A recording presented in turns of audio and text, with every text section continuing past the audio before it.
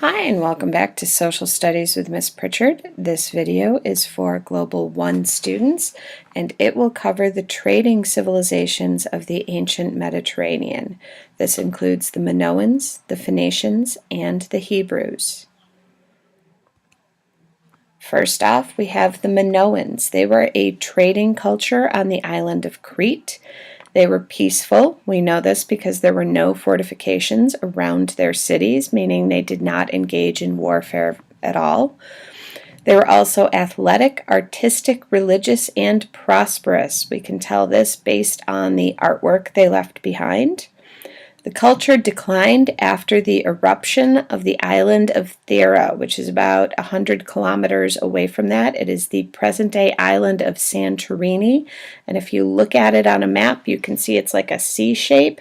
That's because a volcano blew out the entire center of the island. It is one of the largest volcanic eruptions in history. All right, and the Minoans are a huge influence on other Mediterranean cultures, especially the Greeks.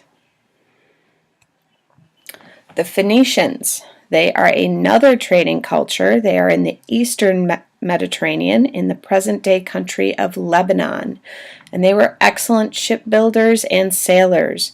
They are the first to sail past the Straits of Gibraltar into the Atlantic Ocean, and they had trading posts as far away as Britain, and there's also evidence that they sailed around the continent of Africa. And they are very famous for their purple dye. In ancient times, the color purple was very rare and it was very expensive because to get the dye you had to harvest murex snails, and you had to have hundreds and thousands of snails to get enough to dye even one piece of cloth. They are also famous for their glass sculptures and pottery. All right, the Hebrews. This is probably one of the most influential of the ancient cultures, and that is because it is the origin of our present-day Christianity and Islam. The Hebrews originated in Palestine. That is on the eastern shore of the Mediterranean, just south of Phoenicia, and they settled in an area known as Canaan. And they are the followers of the first monotheistic religion, which is Judaism. And Hebrew history, legends, and laws form one of the foundations of our culture here in the United States. Abraham and the Covenant. Abraham was a shepherd from the city of Ur, and you might note that that is in the Sumerian civilization. And he made a promise to worship one and only one God.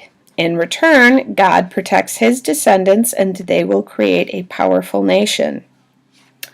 To fulfill this promise, Abraham moves from Ur to Canaan, and his descendants do form the 12 tribes of Israel.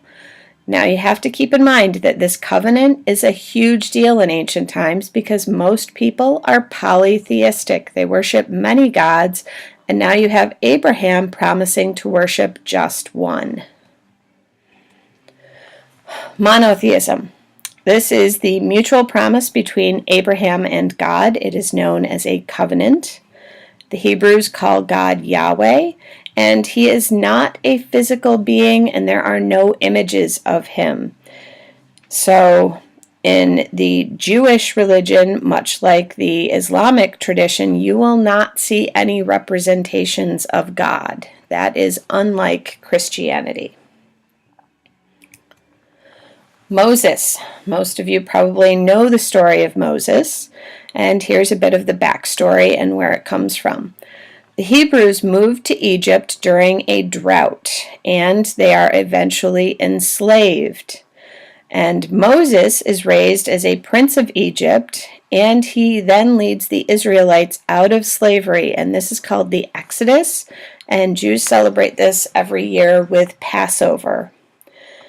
And you can find that story in The Prince of Egypt, The Ten Commandments. There are several movies that have been made about it. And it is after the Exodus that he receives the Ten Commandments on Mount Sinai, and this forms a new covenant with God. So there is a new promise between God and the Hebrews. If the Hebrews follow the 10 Commandments, then God will reward them. They are the chosen people. All right, Hebrew history and laws. The 12 tribes resettle in Canaan and form self-governing territories. The Jewish Torah is written. It is the first 5 books of the Christian Bible. I would like to note that that is written when they are held in captivity in Babylon, and that is why parts of the Torah sound very similar to Hammurabi's Code that we studied in the last chapter. All right, and the goal of Judaism is to lead a moral life following God's laws. And the other interesting thing to note is that Jewish ethnicity is passed through the mother, not the father. And this makes perfect sense when you consider in ancient times the Hebrews were frequently moving due to drought and attacks and invasions. And in ancient times, much like today, or in times of war, I should say, women are frequently attacked and raped. And those children traditionally become outcasts. But in the Jewish religion, in the Jewish tradition, those children are accepted as members of the group because the ethnicity comes from their mother, not their father. All right, the Kingdom of Israel. That is from 1022 to 920 BC. And these are the reigns of Saul, David, and Solomon. And they unite the tribes and form the Kingdom of Israel.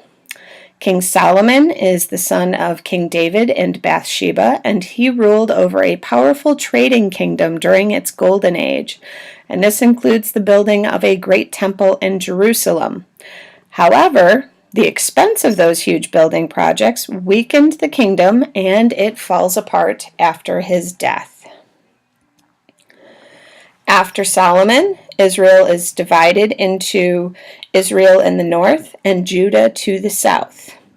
And beginning in 738 BC, both are paying tribute to Assyria. This means they're paying off Assyria not to attack them. That ends when both kingdoms fall to Assyria by 572 BC.